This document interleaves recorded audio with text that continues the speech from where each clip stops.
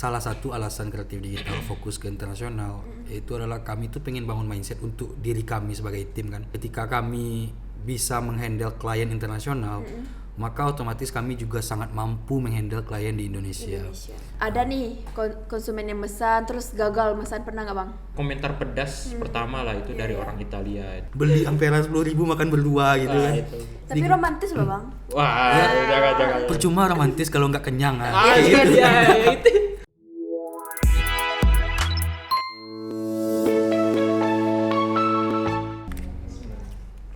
Halo, hai Timar, selamat datang di Ngobrol Inspiratif STMIK Indonesia Padang.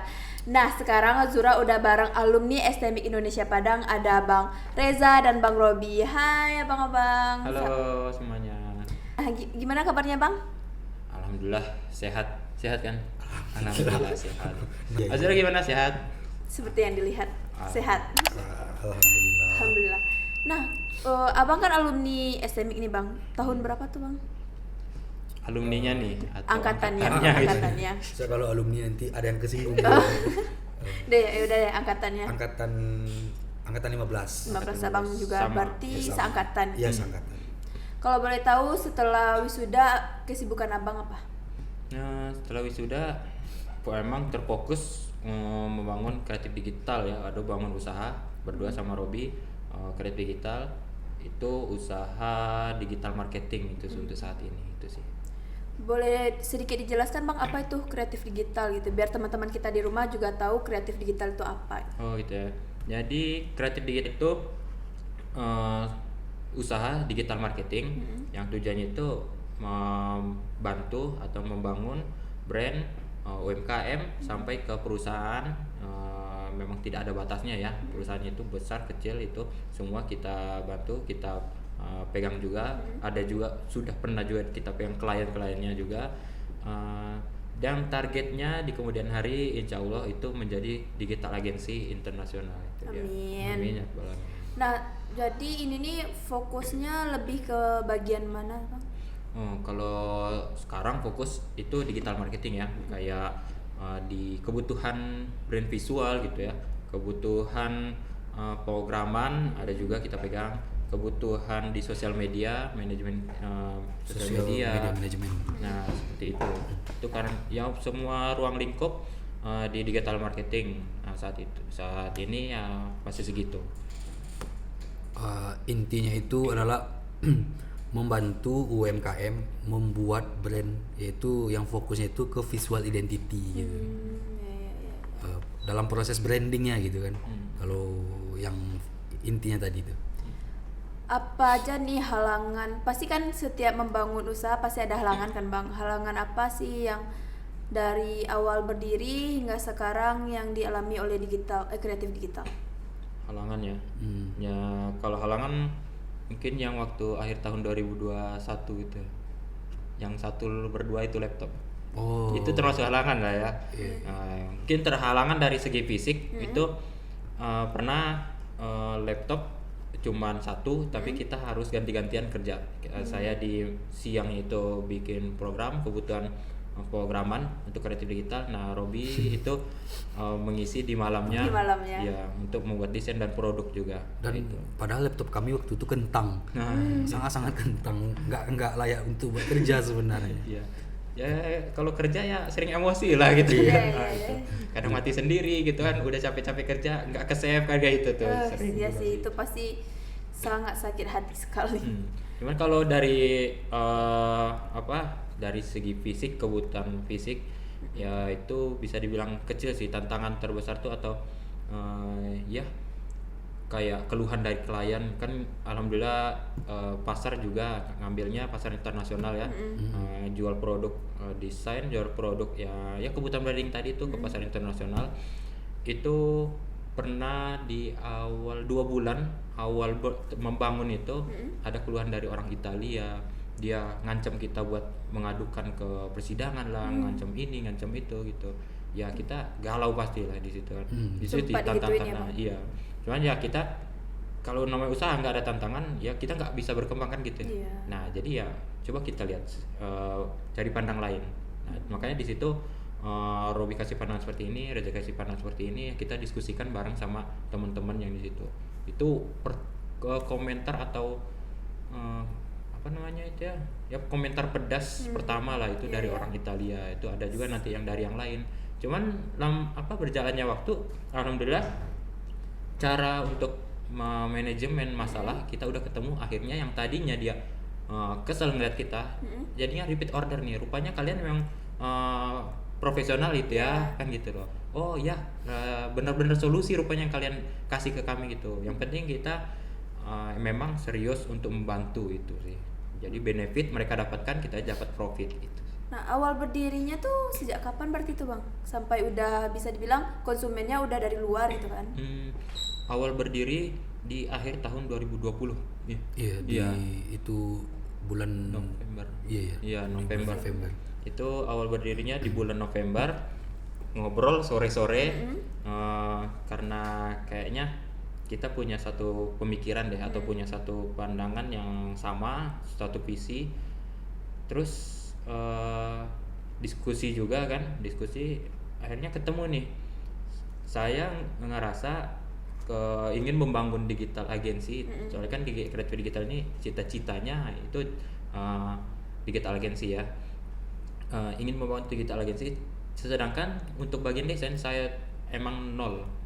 Kalau nol mungkin nggak ya 5% lah gitu. Oke lah, ngedesainnya gambar-gambar aja bisa, tapi jelek kan gitu ya. Nah itu kekurangan saya banget kan.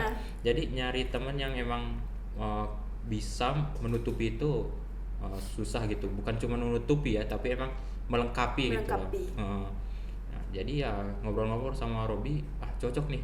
Kita punya satu tujuan yang sama. Yuk coba kita gas gitu. Bukan cuma coba sih. Sorenya kami ketemu, sorenya diskusi, malamnya nyiapin konsep, besoknya langsung eksekusi. Buka toko, buka akun semua di situ. Sampai ke ya semuanya lah. Kita susun semua manajemennya, job desk apa gitu. Itu semua sih. Nah, dari diskusi tersebut pasti ada perbedaan pendapat gitu kan Bang, dari awal berdiri hingga sekarang. Pasti meskipun terlihatnya lancar-lancar aja, pasti di belakangnya ada berbeda pendapat lah. Ini merasa ini paling benar, ini paling benar gitu. Gimana Abang mengatasi hal tersebut? Robi gimana Bi? Kalau perbedaan pendapat itu pasti, malahan setiap ada ide atau konsep itu kami selalu berbeda. Cuman terkadang saya sama Reza mungkin karena faktor mendewasakan diri, nggak memaksakan ego kan. Tapi yang harus penting di situ tuh adalah kita punya ide, konsep plus tanggung jawab. Jadi misalkan saya nih sama Reza udah diskusi, saya punya ide A, B, C, D, F, G, Reza juga punya ide A, B, C, D, F, G. Saya ingin ini dieksekusi dan saya jadi penanggung jawabnya, Reza bantu support di sini. Reza bakal mengalah, dia bakal support saya 100% untuk merealisasikan ide saya tadi. Lalu nanti jika menemukan kegagalan pada yang ide saya, itu akan dievaluasi kembali. Lalu hasil evaluasi tadi bakal digabungkan atau dimasukkan ke dalam ide yang si Reza tadi. Lalu akan kami eksekusi yang punya si Reza tadi. Dikombinasikan. Ya, dikombinasikan. Terus siapa yang benar? Ya dua-duanya benar dan dua-duanya salah. Salah gitu ya Bang. Kadang ketika berbeda pendapat itu tuh banyak yang saya lihat, walaupun kadang saya juga Reza juga merasakan itu kan. Terlalu memaksakan ego. Kita merasa diri kita yang paling baik, kita merasa ide kita yang paling baik. Kalau pengen bangun tim, usaha atau organisasi itu kayaknya harus dikesampingkan dulu gitu. Terus Bang, apa sih pencapaian atau target yang ingin dicapai oleh kreatif digital? Pencapaian terbesar dalam jangka waktu dekat ya kita targetin sedekat mungkin gitu ya, secepat mungkin itu digital agency. Yang pastinya skopnya itu emang internasional. Insya Allah. Bukan berarti kita nggak mau bantu teman-teman di Indonesia. Iya juga. Cuman kan ketika kita memandang internasional berarti kita memajukan Indonesia juga kan kayak gitu. Nah jadi ya memang kita pengen menjadi digital agency internasional yang profesional, yang di situ kita memberikan service bukan service kaleng-kaleng gitu, tapi memang service yang sesuai dengan kebutuhan atau bahkan yang kita rencanakan itu di atas ekspektasi klien-klien kita. Nah Itu soalnya pernah juga alhamdulillah kita dapat klien dari mana itu yang Red Rock? California. California ya, itu alhamdulillah kita belajar dari situ. Itu belajar gimana kita memanajemen pekerjaan gitu kan, manajemen tim, membagi job desk gitu kan. Di sana kita melihat bagaimana klien itu mengajari kami gitu. Nah itu sih, jadi kelihatan ketika kita memberikan di atas yang mereka minta kualitasnya, mereka akan melakukan repeat order gitu. Nah, ya apa, kepuasan itu nomor satu pokoknya itulah. Nanti kalau udah mereka merasakan kepuasannya, untuk profitnya, untuk keuntungannya kita dapat sendiri. Soalnya kalau di dunia bisnis, kalau memang orang sudah mendapatkan kepuasan itu pasti dia ingin udah dapat kepercayaan gitu, nggak mau pergi kemana lagi, pokoknya tetap di situ gitu. Sedikit nambahin untuk yang Reza tadi. Salah satu alasan Kreatif Digital fokus ke internasional itu adalah kami tuh pengen bangun mindset untuk diri kami sebagai tim kan. Ketika kami bisa menghandle klien internasional, maka otomatis kami juga sangat mampu menghandle klien di Indonesia. Karena saya pernah dengar itu tuh dari salah satu podcast favorit saya, itu Pak Gita Wirjawan. Beliau adalah orang yang berpengaruh di Silicon Valley kan. Jadi beliau tuh bilang jarak antara Indonesia dengan US itu adalah 100 tahun. Jadi saya mikir sama Reza, jika kita bisa memuaskan klien di US yang kata Pak Gita jaraknya 100 tahun dan kita dapat pengalaman itu, maka untuk masuk ke Indonesia kayaknya itu bukan kendala lagi gitu. Terus dari tadi kita ngebahas digital agency, itu apa tuh Bang? Bisa dijelaskan Bang? Digital agency ya itu lebih ke agensi yang dia mengelola, memanajemen kebutuhan suatu perusahaan dalam dunia digital. Nah, jadi seperti misalnya sekarang kan ada dunia marketing ya, digital marketing gitu. Itu terus dari bagian pemrograman, kadang di perusahaan-perusahaan tuh butuh bot kan, butuh robotnya. Terus ada juga dia untuk mengelola SEO, terus dia mengelola sosial media, pasti mengelola membuatkan misalnya aplikasi yang dibutuhkan oleh perusahaan tersebut. Nah, jadi semua kebutuhan yang itu masih berhubungan dengan digital itu kita cakup gitu. Itu dia. Jadi timnya emang itu terfokus ya. Kayak misalnya kalau sekarang kayak bagian desain itu Robi, bagian branding Robi, untuk bagian pemrograman SEO itu saya ya. Jadi situ yang penting jelas kan orangnya ini, bagiannya ini, itu aja. Yang penting kita bermainnya di profesionalitas. Jangan misalnya nanti bagian desain Robi tapi saya koreksi kan gitu. Soalnya serahkan aja pada ahlinya kayak gitu sih. Benar. Nah Bang, terus gimana cara Abang memperkenalkan kepada masyarakat kreatif digital itu Bang? Awalnya dulu itu dari iklan pertama ya, iklan di Facebook, Instagram. Itu awalnya dapat jual produk juga di Indonesia ya, jual produk di Indonesia untuk membangun branding. Terus setelah itu kita langsung buka toko di internasional.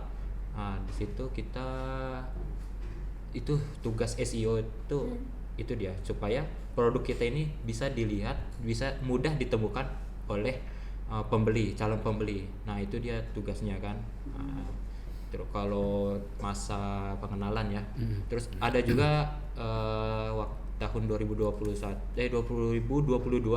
itu kita buka affiliate juga, jadi memperluas cakupan. Kayak misalnya kan kalau iklan ya cakupannya yang terhubung dengan kreatif digital atau terhubung dengan yang hanya mengenal atau dekat dengan kreatif digital, relasinya gitu di algoritma Instagram kan gitu ya. Tapi kalau dengan affiliate yang bergabung dengan kita itu alhamdulillah ya, jauh pun jaraknya atau relasinya dengan kreatif digital, dia bisa menemukan kreatif digital. Jadi dekat itu Bang. Iya, itu dia. Kuncinya itu kalau mau memperkenalkan siapa kita kepada dunia itu kan udah terhubung semuanya. Platformnya pun udah banyak. Jadi intinya itu adalah portofolio. Itu sangat menentukan. Semakin menarik, semakin bagus, semakin orang membutuhkan ini. Orang membutuhkan ini kan kita bisa riset berdasarkan kebutuhan gitu, atau berdasarkan apa sih masalah yang sekarang lagi terjadi di masyarakat.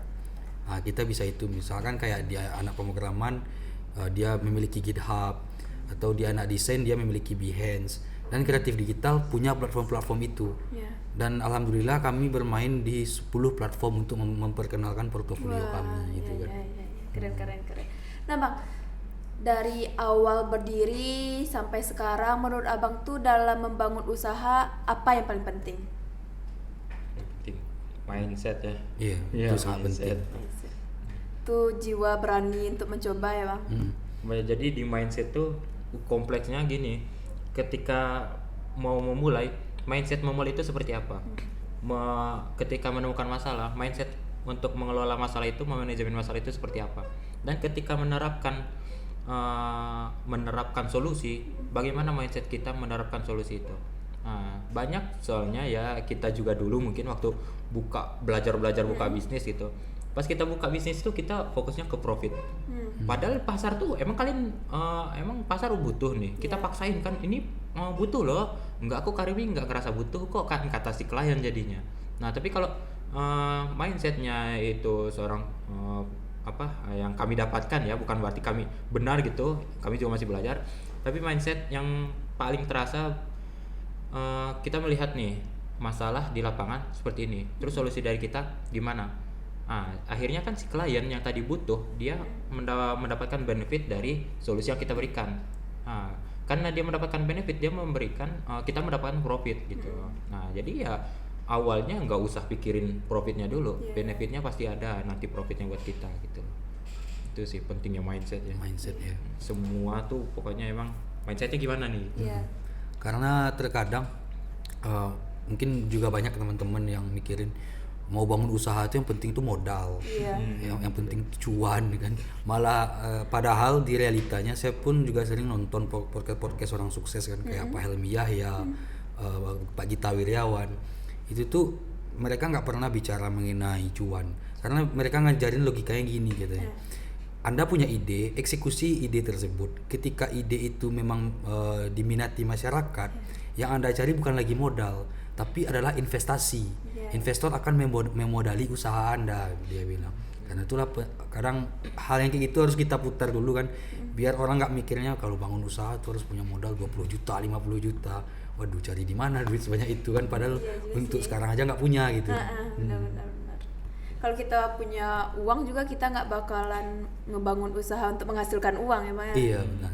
Lagian itu kan emang siapa yang ngejamin kalau kamu punya modal segini emang pasti. Ya. Nah, kan enggak juga. Jadi ya udah uji dulu modal yang ada seberapa pun, ya udah uji pakai itu gitu loh. Enggak harus modal harus segini modalnya, enggak. Kayak misalnya ya bisa dibilang kalau kreatif digital modalnya alhamdulillah 0 gitu loh. Ya kita dapatnya bisa dibilang modal yaitu laptop kan kayak gitu ya. Dan dulu waktu daftar toko itu dari HP kok, nggak pakai laptop kok. Daftarnya dari HP gitu. Jadi ya nggak mungkin lah ya teman-teman zaman sekarang nggak punya HP gitu ya. Nah itu modal utama itu buka toko. Nah, buka toko udah kita buka toko ya udah langsung punya toko gitu. Pernah nggak sih Bang di saat ada nih konsumen yang mesan terus gagal mesan, pernah nggak Bang? Wah sering aja. Iya sih, ribuan gitu ya. Sampai udah bikin nih Bang, ternyata di cancel atau ada aturan gitu Bang sebelum pesan? Itu kesalahan kan seharusnya kita bikin kontrak kan di awal. Terus ada SOP dalam pemesanan, terus diskusinya itu seperti apa kan gitu ya. Itu jadi pembelajaran semua sih. Di awal dulu ya sering gitu. Iya. Kita udah kasih produk, rupanya nggak ada dikirim gitu. Kan jahat banget sih. Nah kayak itu banyak sih. Kalau kita jualan di toko online ya kadang dia minta refund kan. Nah itu dari kembali kayak yang tadi, kenapa minta refund kan gitu. Kita ajak diskusi, soalnya ini produknya nggak sesuai dengan yang saya harapkan.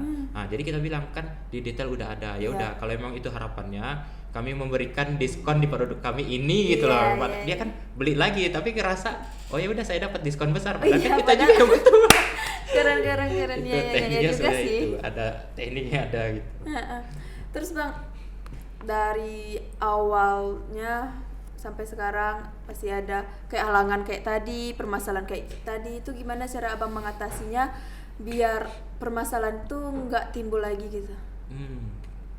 permasalahan yang sama gitu ya. Iya. Permasalahan yang sama biar nggak timbul, pertama kami catat pasti ya, terus kami rumuskan datangnya dari mana, penyebabnya gitu kan. Kayak nyusun skripsi. Iya. Terus lihat teman-teman yang lain pernah nggak ya ngerasain kayak gini kan. Iya. Terus metode mereka kayak gimana nyelesainnya kan kayak gitu. Terus yang pasti kalau misalnya kita udah nemuin solusinya, kita itu bikin jadi satu SOP gitu, standar operational procedure gitu, supaya kita besok nggak kejebak di kesalahan itu Iya. lagi gitu. Kayak dulu saya paling sering tuh telat nge-upload produk, soalnya saya bingung ini produk yang mana ya, kan yang ngedesain Robi gitu. Iya, iya, iya. Nah kodenya apa yang mau dikasih nih, ini produknya temennya yang A atau yang B, kan kayak gitu tuh. Jadi saya bingung sendiri. Akhirnya ya salah satu-satunya solusi ya saya membuat manajemen produknya gitu. Saya catat semua, mulai dari linknya, judulnya, deskripsinya, semua itu saya catat. Jadi kalau dilihat itu di data produk, kita bisa langsung tahu kesalahan-kesalahan per produknya. Misalnya kan SEO. Iya. Nah, SEO hari ini produk A rendah view-nya. Nah, berarti di minggu berikutnya kita harus meningkatkan SEO-nya gitu. Coba kita rombak lagi. Nah, jelas dari si produknya itu gitu lah. Mungkin dari Robi. Sebenarnya sih mungkin kesimpulan jadinya ya salah, evaluasi, perbaiki. Itu aja yang kita Iya, ulang-ulangi. itu aja. Karena kayak saya sama Reza kan minim pengalaman, Iya. minim ilmu, modal tuh nekat. Dan kalau awal-awal tuh jangan punya malu gitu. Iya, iya. Kadang orang kan udah nggak paham, nanya sama orang lain, Malu. nanti udah malu, ada yang berani nanya, Iya. tapi pas dia dikasih saran, dia lebih jago daripada Iya, yang iya, ngasih iya. saran. Sering-sering tadi. ya, sering. Yang kayak gitu. Jadi yang kayak gitu harus kita kurangi kan. Harus sering ada senior atau ada orang yang lebih dulu daripada kita terjun. Itu kayak misalkan kayak saya sama Reza. Kan di Indonesia juga banyak yang punya jasa seperti kami. Itu saya DM-in tuh, Mas ini saya ada masalah ini Mas, apa nih solusinya ini. Walaupun dari banyaknya yang saya DM, paling yang balas cuma 1-2, dan paling dia ngirim link Google. Coba cek disuruh sini, belajar Mas. lagi. Disuruh belajar lagi. Itu jangan kita baper kan atau Iya, apa Nggak gitu. boleh baper. Ya juga sih. Terus Bang, di antara banyaknya usaha, kenapa harus di bidang digital? Di bidang digital ya. Ya pertama emang dulu kepikiran bangun kreatif digital tuh pernah ikut ini pelatihan Google. Jadi waktu kuliah tuh emang kami di komunitas cafe coding itu berebut atau berlomba-lomba tuh buat ngikutin pelatihan ini pelatihan itu, saling banyak ilmu dari luar deh. Nah jadi pas ikut pelatihan dari Google itu SEO ya, itu pertama kali saya mengenal SEO. Jadi kebayang bisnis kedepannya gitu, saya bisa di bagian pemrograman, terus digabungkan dengan ilmu SEO, terus digabungkan lagi dengan dunia sosial media. Itu awalnya dulu kami belum mengenal namanya digital agency. Nah ya terus ketemu sama Robi nih kan, rupanya Robi juga sepemikiran nih, diskusi-diskusi sepemikiran kan, coba kita bikin itu sih. Nah jadi ya emang kenapa di situ, karena pertama passion ya, kata orang passion gitu kan, kami suka soalnya. Makanya tagline-nya kreatif digital itu play on creativity. Itu pokoknya bajunya asik, harus asik gitu loh. Iya sih. Jadi alasan dibikinnya nama kreatif digital tuh terinspirasi dari kalau kreatifnya itu dari desain atau kreativitas, itu kan out of the box, itu identik dengan kreatif gitu ya. Nah itu Robi, soalnya kalau saya nggak ada kreatifnya. kalau saya bagian digitalnya, logikanya. Kayak digital kan SEO-nya lah, yang misalnya membaca algoritma atau membuat programannya gitu kan, bidang programan. Nah itu bagian sayanya. Ini dibangun waktu masih duduk di bangku kuliah atau udah lulus nih Bang? Robi udah lulus. Saya masih duduk di bangku kuliah. Reza lagi nyusun. Lagi nyusun. Gitu kan? Itu iya sih, lumayan telat sih. Ya lumayan telat. Cuman sebelum kami bangun kreatif digital, kami ini memang pengennya tuh pengen punya usaha, padahal duit nggak ada waktu itu kan. Udah ada Pemikiran niat. ya niat udah ada gitu kan. Kayak saya coba jualan baju juga pernah. Saya jualan tuh sama dosen-dosen, saya paksa, Bu beli baju saya, Bu beli baju saya, Bu. Iya, iya. Jualan kacamata, Bu beli kacamata, saya jelasin nih kayak seakan-akan saya paham soal kacamata. Padahal saya baca Google kan. Iya, iya. Terus jualan keripik, kayak Reza pun juga seperti itu. Dia jualin semua ini. Cuman baru ketemunya yang soal visi mengenai digital agency itu memang pas saya udah lulus dan Reza masih nyusun gitu. Maaf ya saya. Iya yang Aduh, duluan nggak gitu apa-apa ya. lah. Iya. Nggak ninggal. Terus Lama kali. terus berarti abang waktu kuliah juga mencoba usaha gitu ya bang? Iya. Kebetulan saya sama Reza kan satu komunitas, Iya. yaitu komunitas Cafe Coding. Itu memang di STMIC. Itu komunitas pemrograman, multimedia, desain grafis, pokoknya yang IT semuanya di sana lah. Jadi memang waktu itu kami itu dibimbing oleh senior namanya Mahmud Isnan. Itu salah satu senior yang sangat saya hormati, itu Mahmud Isnan. Jadi Mahmud Isnan itu memang mengajak kami semua ini harus produktif, harus punya produk kalau dari segi skill. Harus sering ikut lomba. Pokoknya Mahmud itulah yang merangsang untuk kami semua agar termasuk kayak bangun bisnis tadi. Dan kebanyakan dari kami itu memilih untuk bangun bisnis. Untuk ada hasil gitu ya bang? Iya, ada hasil.